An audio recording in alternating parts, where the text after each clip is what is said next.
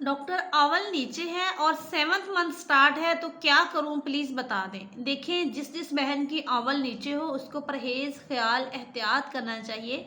अगर तो डॉक्टर ने आपको चेकअप करने के बाद हम बिस्तरी से परहेज़ बताई है तो वो आपने लाजमी करनी है, या फिर ऐसा कर सकते हैं कि टाइम पास। इसके अलावा आपने वज़न नहीं उठाना, आपने कोई वज़नी चीज़ के साथ साथ ज़्यादा टाइम खड़े नहीं होना, सीढ़ियाँ नहीं चढ़नी, बैठ के आटा नहीं गूँथना, ज़ोर नहीं लगाना, ब्रश के साथ कपड़े नहीं धोने, कि ज़ोर वाला काम नहीं करना, लंबा सफ़र नहीं करना। इसके अलावा ज़्यादा देर खड़े होके कोई ऐसा काम करनी है जिसमें, जैसा कि कुकिंग ही आप लगा लें, एक्टिविटीज़ भी हो रही है और खड़े भी हैं, तो वो भी आपने कम करना है। इसमें आपने मेडिसिन खानी है जो जो डॉक्टर ने आपको बताई है चेकअप के बाद, जो कि बहुत ज़रूरी है। एक्टिविटीज़ अपनी लिमिट तक रखें, नींद पूरी करें, स्ट्रेस कम लें, क्योंकि आवाज़ जब नीचे होती है तो स्ट्रेस की वजह से भी उसमें दर्द स्टार्ट हो सकता है।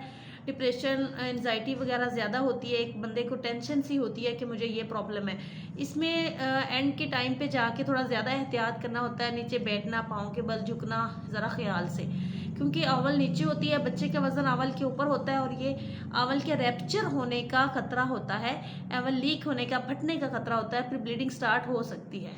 इसलिए इस पर ख्याल करना चाहिए। मज़ीद ऐसी वीडियो देखने के लिए मेरा यूट्यूब चैनल सब्सक्राइब कर लें। Thank you.